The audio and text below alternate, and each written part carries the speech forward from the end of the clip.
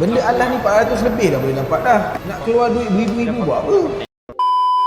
Hari ni ada seorang customer ni, dia datang nak tukar X-Max punya shock absorber. Dia kata absorber dia dah nampak macam leaking. Bawa pun dah tak sedap. Belakang motor dia rasa berayun-rayun. Lepas tu biasa lah, dah start dah drama. Okey katanya tengah nipis. Tapi sibuk nak cari absorber harga 800-900 lebih. Macam ni lah geng.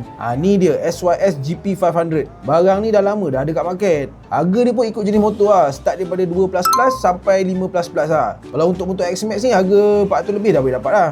Korang jangan risau, aku sendiri dah pasang kat customer lain. Ada yang datang balik bagi tahu barang ni memang sedap pakai. Ada yang dah pakai bertahun-tahun pun masih okey lagi.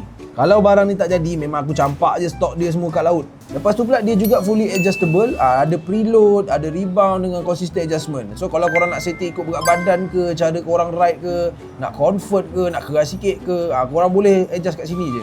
Dan yang paling penting, barang ni dah lalu R&D banyak kali dah sebelum dijual kat market. Bukan macam sesetengah brand tu, masa R&D pun dia boleh terus jual kat market.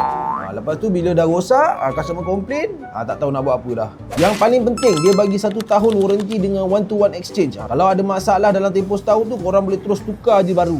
Kalau 400 lebih je dah boleh settlekan semua masalah tu, nak keluar duit beribu buat apa lagi? Pasang je SYS GP500 ni. Pasang, setting cun-cun, lepas tu baru boleh ride.